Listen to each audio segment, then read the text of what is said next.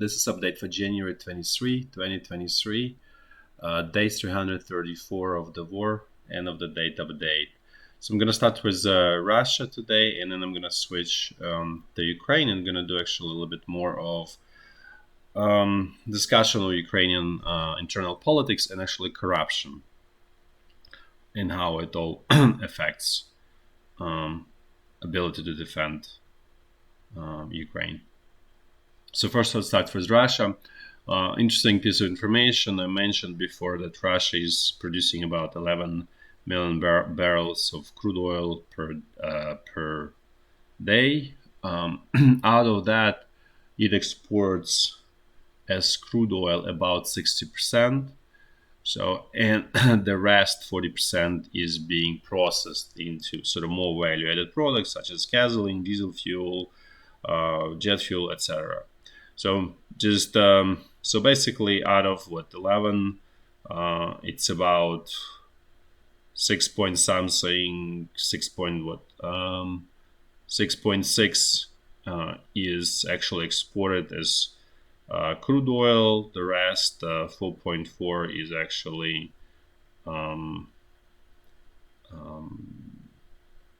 processed.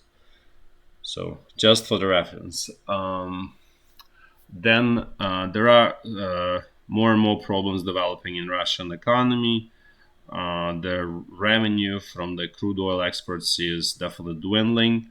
So the numbers that sort of typically in the past Russia would sell 150, 160 million $100 million US dollars worth of oil per week.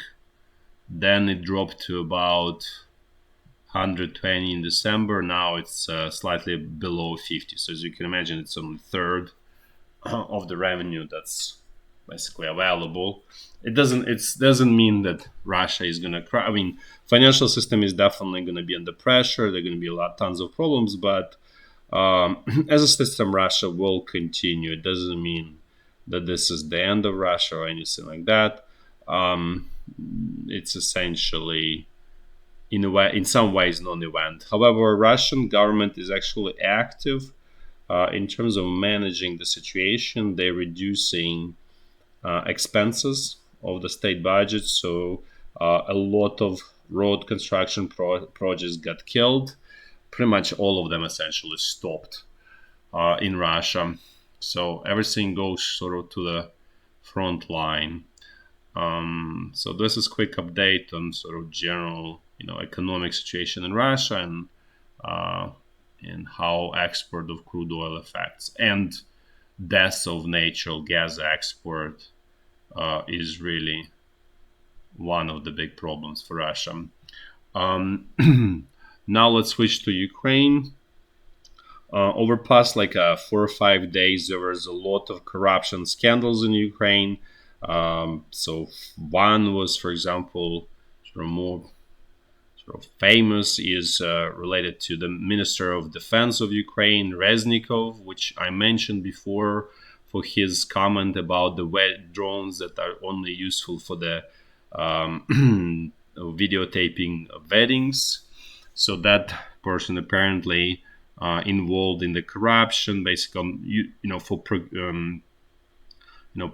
procurement of the food for Ukrainian military. There were typical primitive scheme, basically overpaying and pocketing the difference. So apparently he was involved in that. There was also high-profile corruption scandal with one of the sort of funds that collecting support for Ukrainian military.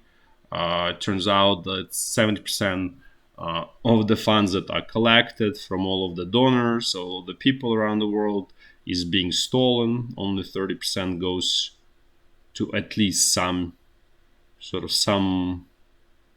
purposes. I'm not even going to say it's useful. It's because corrupt people, they don't even know where to spend. It's just all sort of for the show.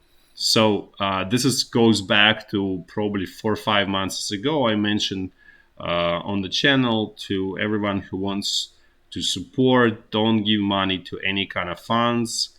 For the most part, this is basically schemes that are created to collect money from people who, emotionally want to support, and um, I would say nice people, but don't realize what kind of sharks there are in Ukraine. And so, um, again, if you want to help, the best way to help is direct help. There is no way around. It's many times harder than just wiring whatever $20 to some bank account and feel better. But unfortunately, that feel better is really you make corrupt people feel better. That's all you do. So don't send money to Ukraine government. Don't send money to any large funds that collect money. It's all various kind of corrupt schemes. Then there was a corruption in the president's party that was prominent as well. So anyway, so was just rocking. All of this corruption scandals were rocking Ukraine internally. Then there is this defeat in Soledar and just generally collapse of the front line around Bakhmut. And that puts tremendous political pressure on Ukrainian president, who I would say is in charge of all of this corruption. And so he decides to, I would say, to release the pressure, and he lets go uh, deputy of Yermak, and Yermak is, I would say, left and right hand. This is so-called head of his administration, and he lets go deputy of the Yermak, Kirill Tymoshenko, who's no question is corrupt from the top to the bottom of his, sort of from the top of the hair to the bottom of his shoes. It doesn't mean that Yermak is any better, because Kirill Tymoshenko is protege of Yermak, so there is no difference. And then Yermak is protege of Ukrainian president. So as you can imagine, it's kind of like I'd say this sort of Russian dolls, one inside of another, right? So so as a distraction and kind of like to release negative energy, Ukrainian president decided to get rid of one of this sort of figures, and all it is just he let go. So nothing. This is nothing else. So it's all perfect. He stole the money. He's gonna leave Ukraine and gonna live somewhere in the West, and spending that money or even investing and so on. So as you can see, there's no deterrence to continuing this behavior. So everybody knows, okay, fine, I steal, and then I can leave and live happily elsewhere. So, and given that you cannot really leave Ukraine right now, that he was allowed to leave, it just tells you that there is a backdoor deal, and it's all prearranged scheme. So, and then there are rumors that the heads of, if you remember, I was talking about the head of Zaporizhya region that was stealing like tremendous amounts of foreign aid. This is like I don't remember, like 20 or 30 or 50 railroad carriages filled with whatever help he stole. Like, it was tremendous. You remember, it was in September. Nothing happened. That all died off, and because the situation was sort of positive, right? So the Ukrainian army was attacking and winning, and so you can basically sort of, how to say, sell corruption to people. Right now, situation is very different, and also there was electricity. Things were very different in September. There is no electricity for the most of the country. Usually would have like 2 hours per day of electricity, and that's pretty much it. Very high losses in North Donbass front line. So things really explosive internally. And if people not questioning whether the Ukrainian president is fit for his job, there is probably some initial sorts of that definitely happening.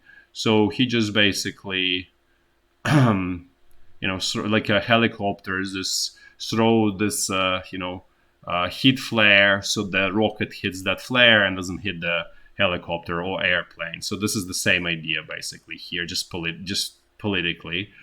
As a result, nothing will change.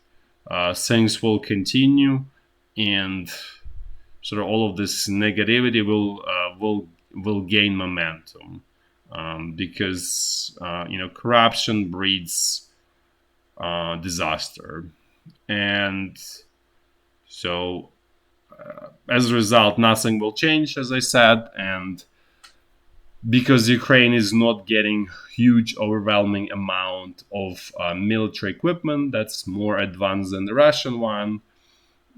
So the, let's say, difficult situation on the front line will continue. And that will continue putting pressure on Ukrainian president. And at some point, things there will be questions directly to Ukrainian president, but not this time. This time, he will manage to escape by sort of letting go of one of his sort of left hand. Let's put this way. So, so that's the situation inside of politically inside of Ukraine. Obviously, all of that corruption translates in the corruption in the military command. That's also inept, and so it all trickles down, as they say. And as they say, fish always rots from the top, from the very top, which is Ukrainian president. So that's the situation. Now let's switch to the actually walk through the quick update on Ukrainian power grid and just general power generation. So still alive in a coma state. As I mentioned, typically people have not more than 4 hours of electricity per 24-hour period, and typically it's more like 2 hours.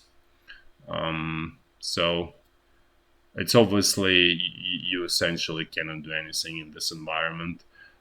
Now let's actually switch to the front line, starting from the very north and then going down in a clockwise fashion.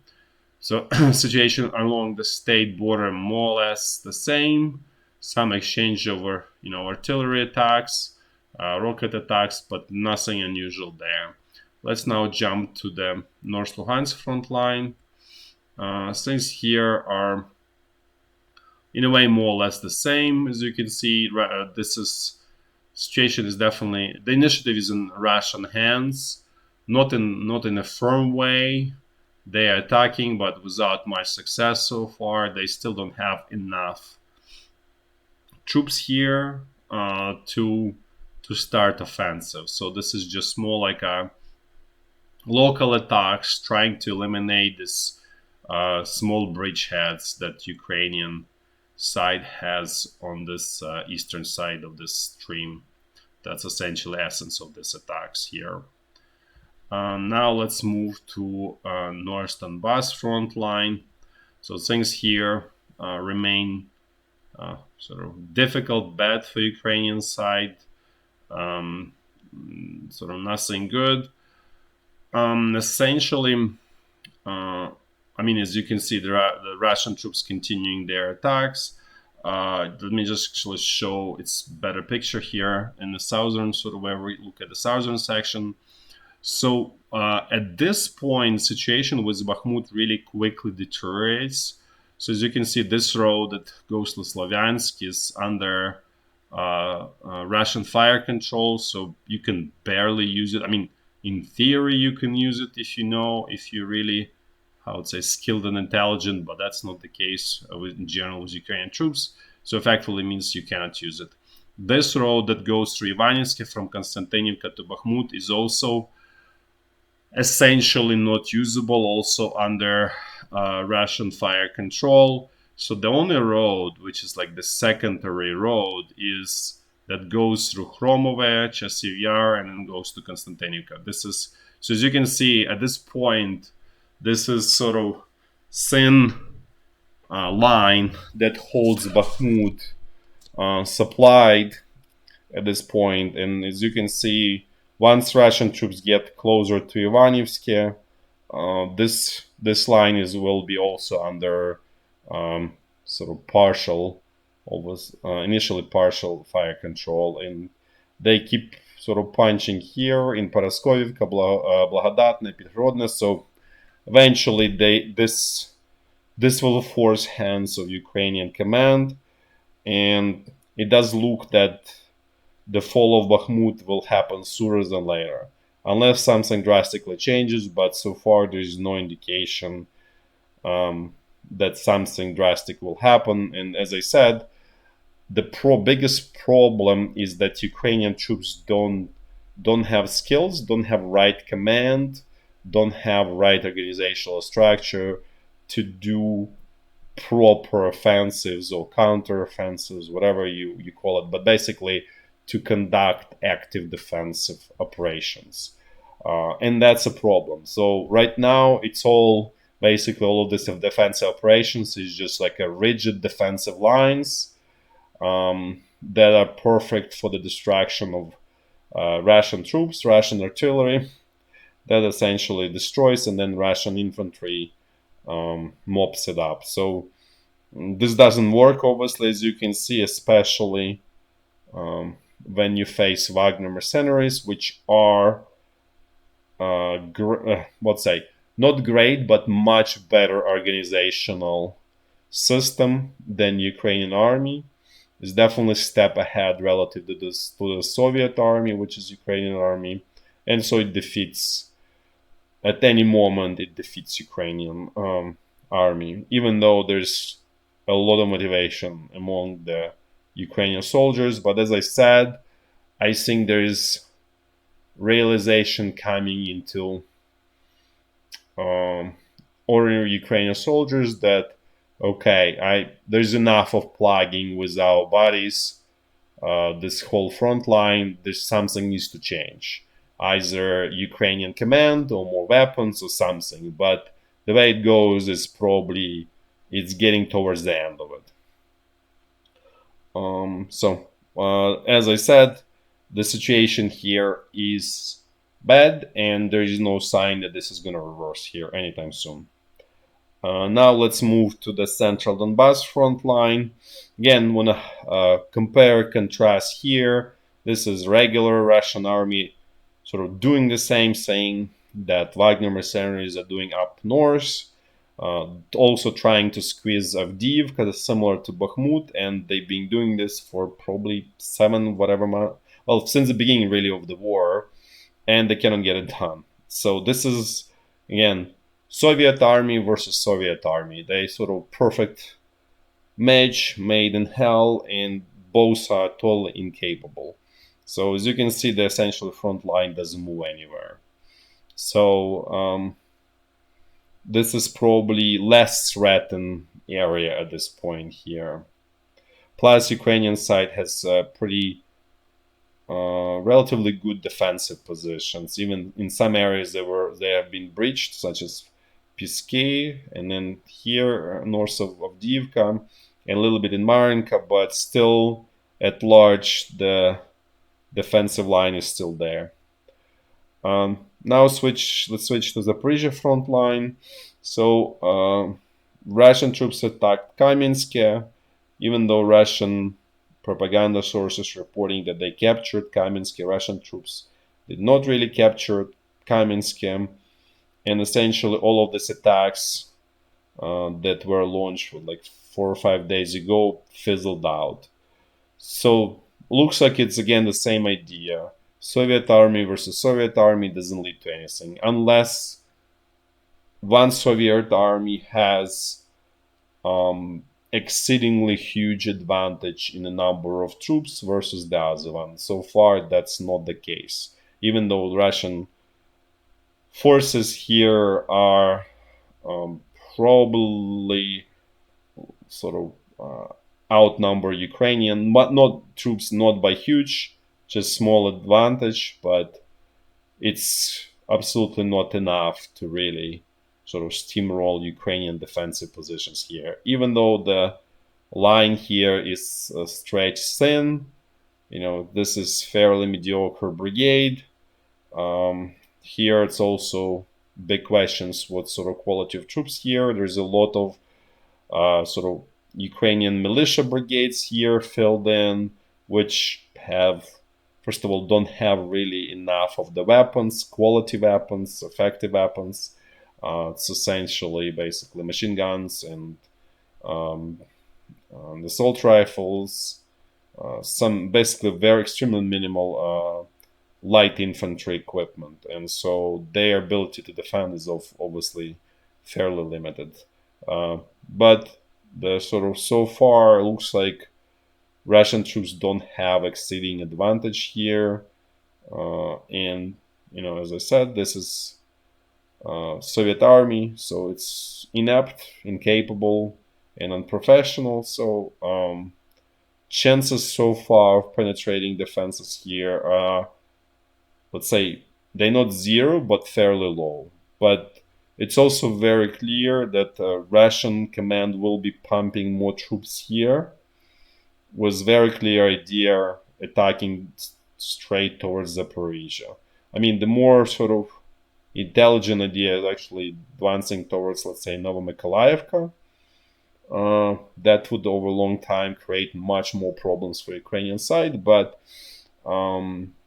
it's they can execute only on very extremely primitive sort of goals and tasks, and so the most primitive is to attack straight towards Zaporizhia, which so far is not going to be successful. So that so just recap, the most dangerous situation is here in North Donbass. The front line there is effectively collapsing. And obviously losses are high because of that. And even if it's one-for-one exchange with the Wagner mercenaries, they can afford to lose that. The Ukrainian side cannot afford to lose those soldiers because they are really backbone of any unit. And once you lose backbone, the unit basically essentially not even capable of holding any defensive lines. The next sort of dangerous area is actually Zaporizhia, even though so far the first attack was repelled. Looks like it was probing attack, but it's the sort of typical sort of Soviet tradition is keep hammering in the same area despite no changes, just the same plan. So there will be more attacks probably here a little bit later, maybe in a week, maybe in 4 days, whatever, maybe in 10, 20 days. But this is essentially probably going to be main area of the next sort of big Russian offensive that I mentioned before that's in the works. So looks like this Zaporizhia was the chosen location for that. Then another two areas, North Lugansk and Central Donbass, are sort of more or less stable, I would say, at this point. That's it for today. Thanks for watching, and until tomorrow. Bye bye.